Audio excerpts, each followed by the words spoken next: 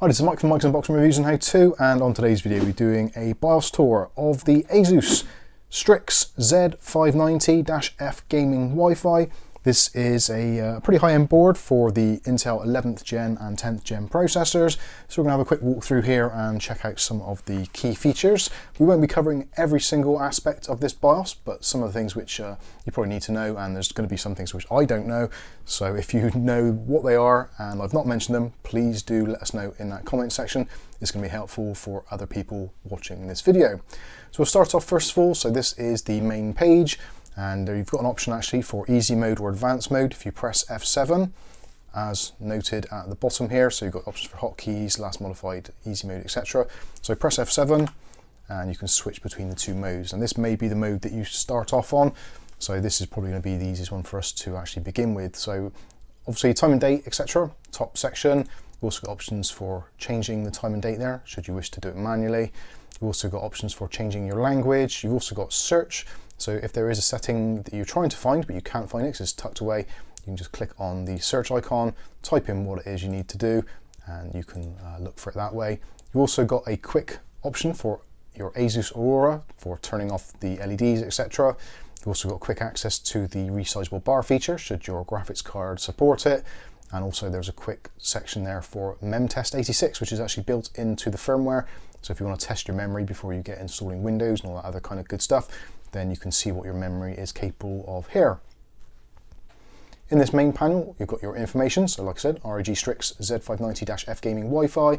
Current BIOS version is 1701, which is the latest one as of the time of recording, which is late January 2023. We've got our Intel processor, 11th Gen i5 11400 with its base clock there, and also we've also got the memory, 16 gigs of DDR4. It's currently reporting the base clock speeds because we haven't enabled XMP yet, but don't worry, we'll be showing you how to do that later. You've also got quick access to things like your CPU temperature, which is currently 25 degrees Celsius, which is about 6 degrees warmer than the room temperature.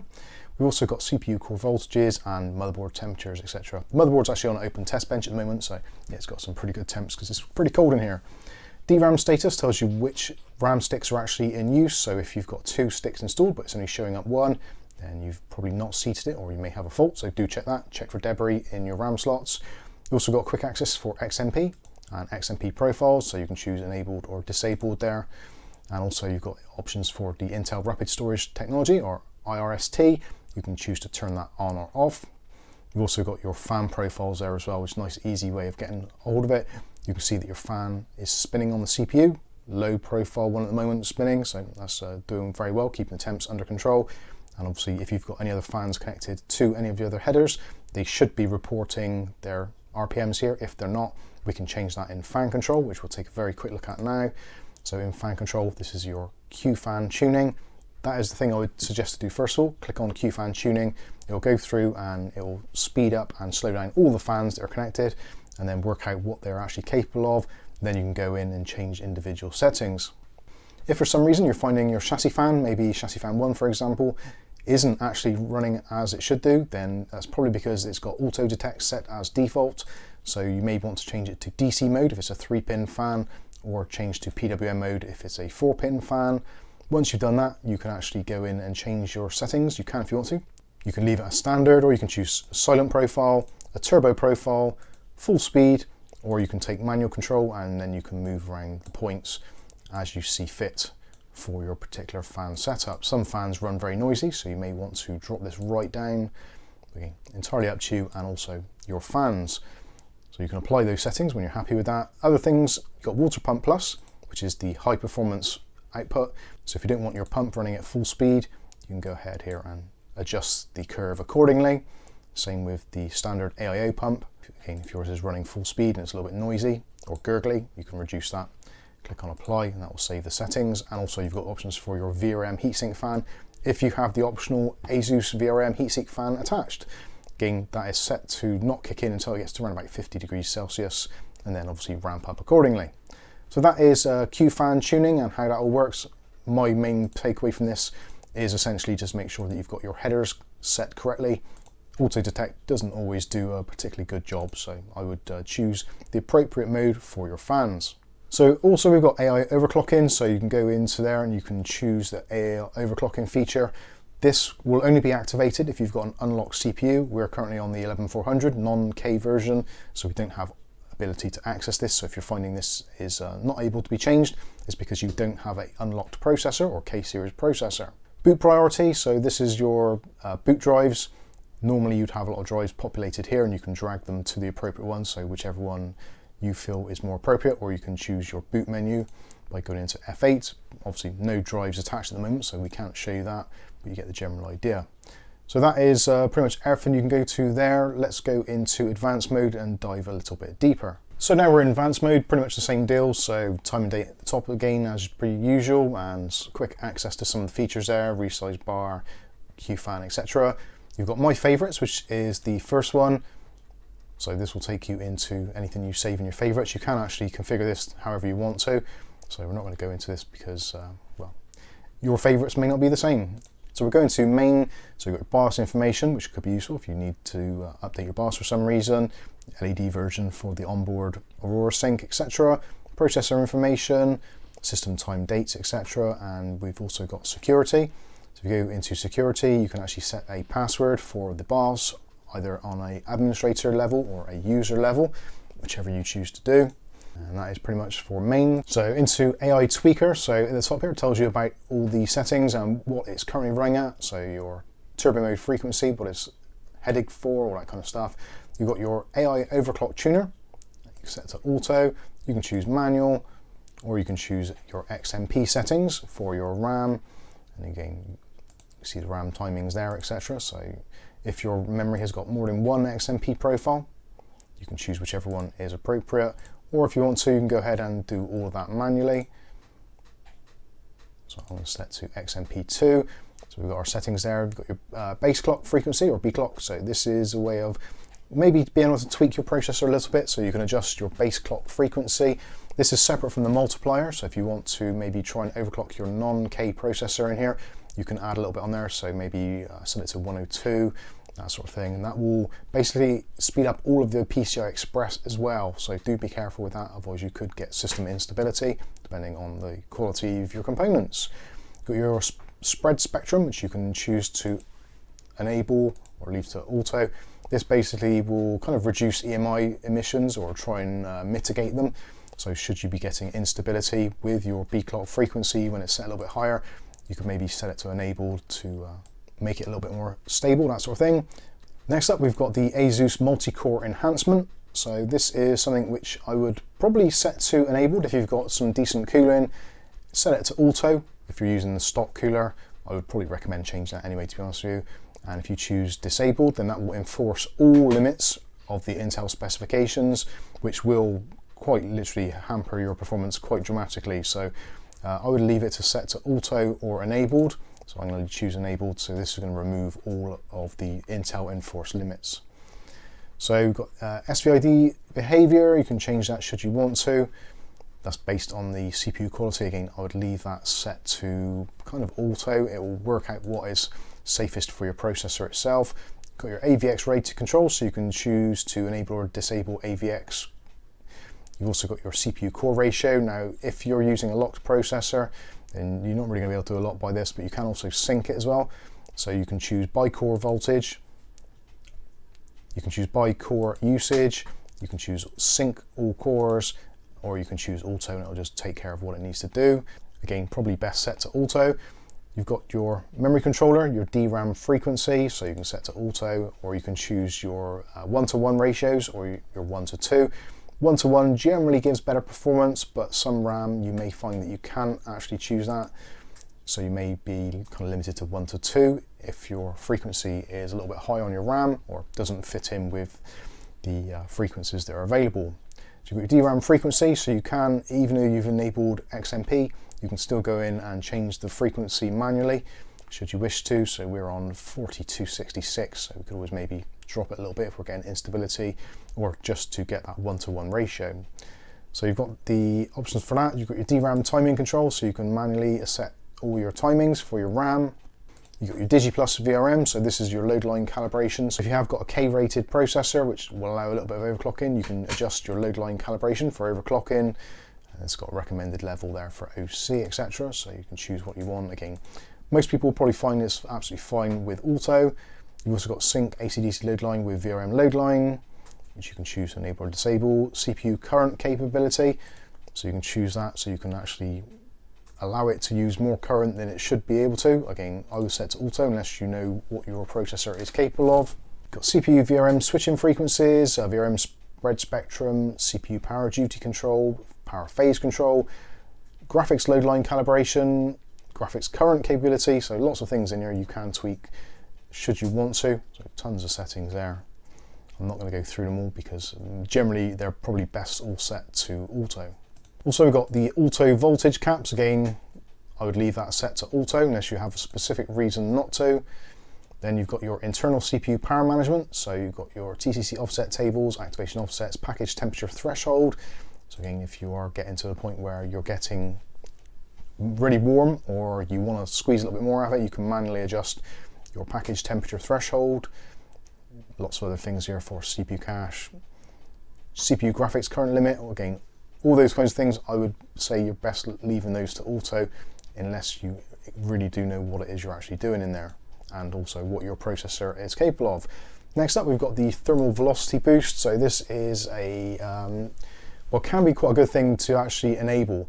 So you can use your thermal velocity boost voltage optimizations. This is currently set to enabled. Normally it's set to auto, but you might as well enable it if you've got 11th gen processor. It will allow the CPU to kind of do a little bit more, boost a little bit higher, and basically be able to achieve what we've got set out up here. So you've got your active cores, what they're active, and their ratios, and what temperatures they get to, etc. So you can change all that sort of stuff. And also you've got your Vmax stress, so I'd set that to auto. And you've got your overclocking thermal velocity boost, so you can choose to have it enabled or auto or boost profiles, so depending what your processor is capable of. Again, if you want stability, just hit auto. That's probably going to be the best way, and in fact actually I'm going to set that back to auto for when we set up this system, just so we've got a level playing field before we start playing around with things. So we've got Tweaker's Paradise next up. So again, pretty much what it says, you can choose all of your settings, so real-time memory tuning, etc., standby voltages, all those kinds of things there, so you can play with those to your heart's content. And then also you can set your minimum and maximum CPU cache ratio. So again, if you want to tweak your settings more in there, you can do. You also got your max CPU graphics ratio, extreme over voltage, which you can choose to have enabled or disabled. I'm going to leave it enabled. And also you've got your CPU core cache, DRAM voltages, etc., etc. Again, lots of things you can tweak on this board. Probably too much, possibly bordering into dangerous territory. So I think that's pretty much it for AI Tweaker. So let's head over into Advanced. So we've got your Advanced CPU configuration, tells you about your processor and what it can do. Also you've got things like your offset time windows, your hardware prefetchers, all that kind of stuff. You can enable or disable Intel virtualization technology. So if you're using virtual machines, you want to enable that one.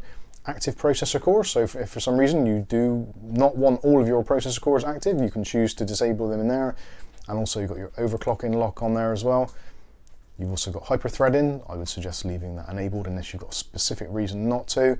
And also you've got your CPU power control, so you've got your boot performance mode, so you can choose whether you have it for max battery, max non-turbo performance, turbo performance, or auto. Again, I'd leave it set to auto. You've got your Intel speed step and speed shift, so you've got those there. And also your turbo mode. You can disable turbo mode should you want to, which in some instances can give better performance, but it's down to the individual. You've got your acoustic noise settings, so you can basically set your system so that it's basically has noise mitigation. Yeah, not entirely sure what that is all about, to be completely honest with you, but anyway. Got your CPU C states, thermal monitor. In your thermal monitor, you have that enabled or disabled. Again, if you don't want to, just leave it alone. Dual tau boost. So this is for desktop lower end parts, so you can choose to let things try and boost a little bit higher. I would leave that set to enabled just to try and get the most out of your non-K performance parts. And that is pretty much it, I think, in there. So then you've got your system agent configuration, and you've got your options for the IOMMU, pre-boot behavior, memory configuration, for remapping memory, etc. Your graphics configuration, this is going to be useful to some of you. So if you've got a graphics card installed as well as having a processor with integrated graphics, you can choose which is your primary display, whether it automatically chooses, whether you choose your CPU graphics, your PCI Express graphics, or a PCIe slot. PEG is normally your primary external graphics slot, so you can set it to auto, but probably if you've got a discrete graphics card, I would set it to PEG. But auto will be fine, so if the graphics card fails and you take it out, it will boot into the other graphics adapter built in. You've also got the option for iGPU multi-monitor, so you can enable or disable that for the 2 ports which are on the back of the motherboard, so the display port and the HDMI. You've also got your pre-allocated amount of memory, normally set to 64 megabytes. To be honest with you, changing this very rarely makes any difference whatsoever, so I would probably leave it as is. You can set it to 1 megabyte, or 1 gigabyte, sorry, entirely up to you. And also you've got your render standby, you can leave that enabled or disabled. You've also got your PCI Express configuration, so you've got your link speed, so if you've got a particular device which is not performing as it should do, or is getting confused by the Gen 4 and it's actually a Gen 3, you can change it to Gen 3 here. So if you've got your M.2 installed and it's a Gen 3, you could always change it to Gen 3, but auto is probably going to be the best. Again, for your PCI Express slots, so the top slot, if you want to set it to Gen 3, if you've got an older graphics card and it's having issues, you could do that. Or if you're using maybe a extension card which isn't Gen 4 compatible, then just set it to Gen 3 will give you more stability. Generally, I would leave those set to auto. PCH configuration, so you've got your PCI Express options there, PCI Express and your link speed, I would leave that set to auto. So that's between the chipset and the processor. Storage configuration, so this is your SATA controllers and also, I think it's M.2s as well. Nope, just your SATA. So this is just for the SATA ports, so you can choose whether they're hot plug and whether they're actually enabled or disabled. You can disable the SATA controller if you want to. If you're doing some extreme overclocking, then you could always disable the SATA if you're not using it at all. You may find better results then under extreme circumstances. Thunderbolt configuration, so if you're using a external Thunderbolt port, then you can choose to have that enabled or disabled, entirely up to you. And you've got your trusted computing, so this is your TPM, so you can enable or disable your TPM should you wish to.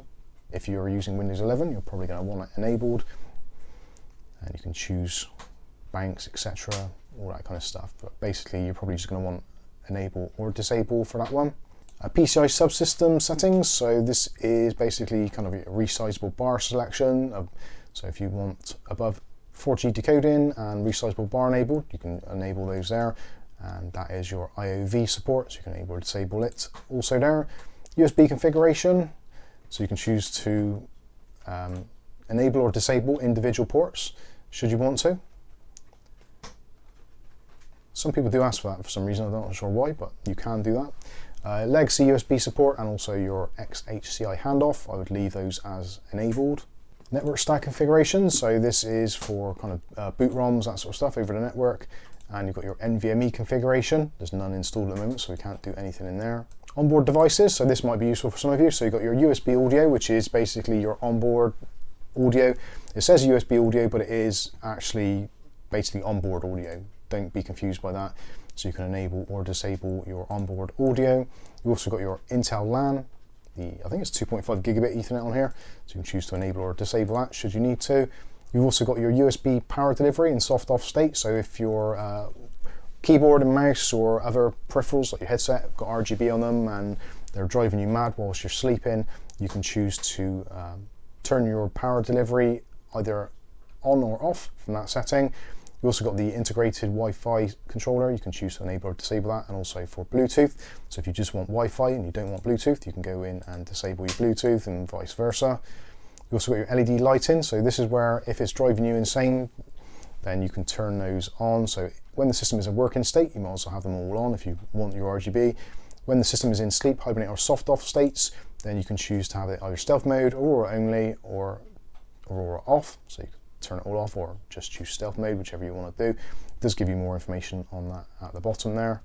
Next up, we've got our M.2 configuration at the end there, and PCI ports and your power mode for your Type-C connector.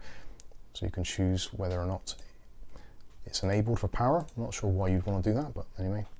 And you've got options for a GNA device. APM configuration, so this is your kind of power management stuff. I would leave ERP off, leave that disabled. It'll give you more performance, but it will at the offset of using more power. And also you've got your options for restore after power loss, so you can choose power on, last state, or power off. I'd probably leave it as power off unless you have a server or something running. Max power saving, leave that as disabled if you're looking for performance. Obviously, if you want to save more power, that is going to be coming at the, well, basically it's going to be a slower system in general because it's going to try and power save as much as it can. Power on by PCIe and power on by RTC, so you can choose to have your PC turned on at a certain time, should you wish to. And next we've got our smart information about our devices, which are currently not installed, so we're not going to get a great deal of information there. So that is pretty much it for advanced. Let's go into monitor. So you've got the options for basically turning on temperature monitors and seeing what's going on, so CPU temperatures, etc.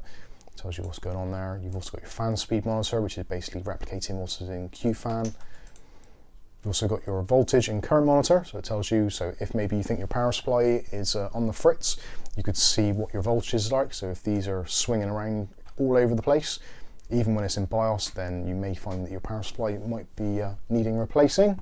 QFan configuration, again, we've gone into that before. This is a less graphical interface version of it, so if you don't like the graphical interface and you just want to choose in here, you can choose things in here. So AI cooling, you can go through, you do QFan tune-in, like we said before. You also got settings for all the individual fans, as you can scroll down through. Really isn't much different from the actual graphical interface version, which I personally prefer. You've got your option for chassis intrusion detection support, and also you've got your CPU temperature LED switch.